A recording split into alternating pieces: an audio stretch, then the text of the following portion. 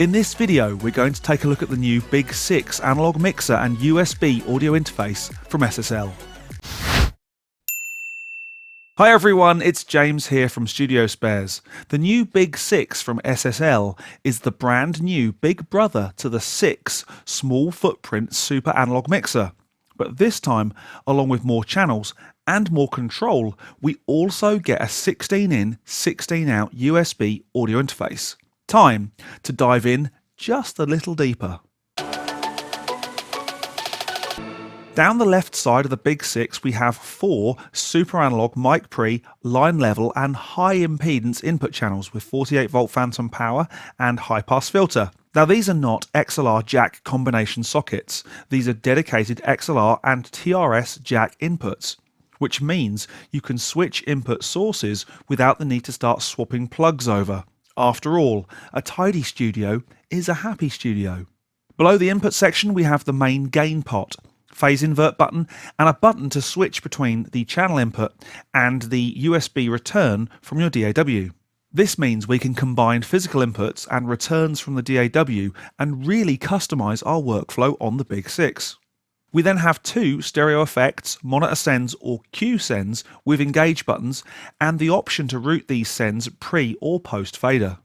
Next down the channel we find the 3-band SSL E-Series style EQ. This is a very sweet sounding broad stroke EQ. The SSL bell curve options are on the mic pre EQ, which really does give you more tone shaping options on these channels. Next we find the pan pot and a 1-knob channel compressor with 3 LED indicator. The channel compressor has fixed attack and release times with a gentle ratio and automatic makeup gain. Just switch it in to add some subtle character and control to your input signals.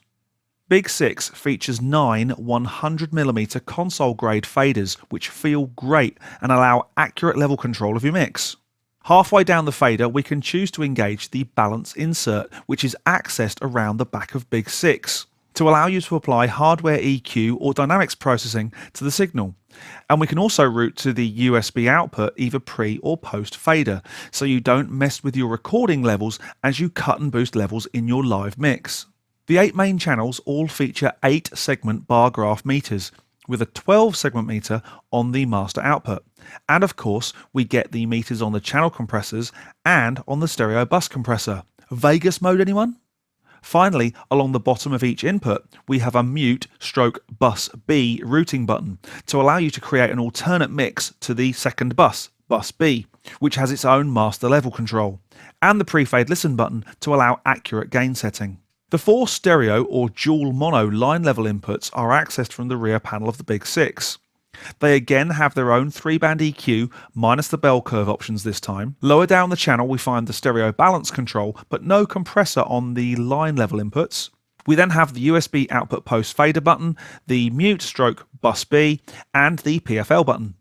Above the master section we have the talkback mic input with its own phantom power switch and the legendary SSL listen mic compressor. So if you've ever wondered how Hugh Padgham got that amazing Phil Collins Genesis drum sound, here's your answer. We also have 2 more pairs of stereo inputs over balanced TRS jacks, which can be switched to an extra pair of channels coming back from your DAW, and we have the 2 outputs for your 2 independently configurable headphone feeds. And just below this, we have the talkback mic level pot. In the master section, we have the essential version of the classic SSL G-Series bus compressor, featuring fast attack and release and a compression ratio fixed at 4:1. We then have the engage control, threshold, auto release, which is either engaged or set to 100 milliseconds, and the makeup gain. Below the bus compressor we have the USB and headphone configuration section. Here we can change the routing into the USB path for channels 9 and 10 and 11 and 12 in the USB interface to either be the 2 stereo channels or the Q mixes. We can then decide on the routing for the external inputs and route the Q mixes to the stereo master. And we can choose the source for our 2 headphone outputs. Next we have the monitor outsource controls with level pots so we can choose what we see in the master meters and hear from the control room outputs. At the bottom of this stack we find a fully featured monitor controller with mono check, dim, where we can also set the amount of signal drop, and the cut controls. There's a button to select an alternate set of monitors and a large master monitor volume knob. And finally, on the far right, we have the master meter, the bus B master volume, the main summing and routing options for the stereo outputs, and the master 100mm fader. So all in all, BiG SiX features an 18 input summing stroke mix bus with a 16 in, 16 out USB audio interface that has clean and clear 24-bit A to D, D to A resolution. What's not to love? All the connections to the BiG SiX, other than the 5 XLR inputs for the mic pre's, are via balanced TRS jacks. This includes the main stereo outputs.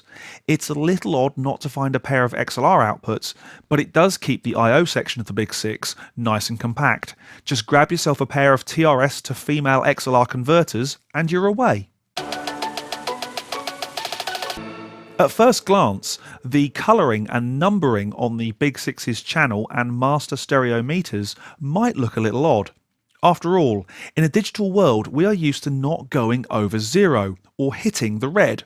However, BiG SiX is, after all, a proper analog mixer, and its meters are calibrated in dBu, and plus 24 dB on the meters is equivalent to 0 dBFS or dB full scale. Keeping it simple, the normal rules apply. Green is good, yellow is fine, and in this case a bit warmer because it's analog after all, but never hit the red to make sure you avoid any digital clipping of those converters and in turn your DAW inputs.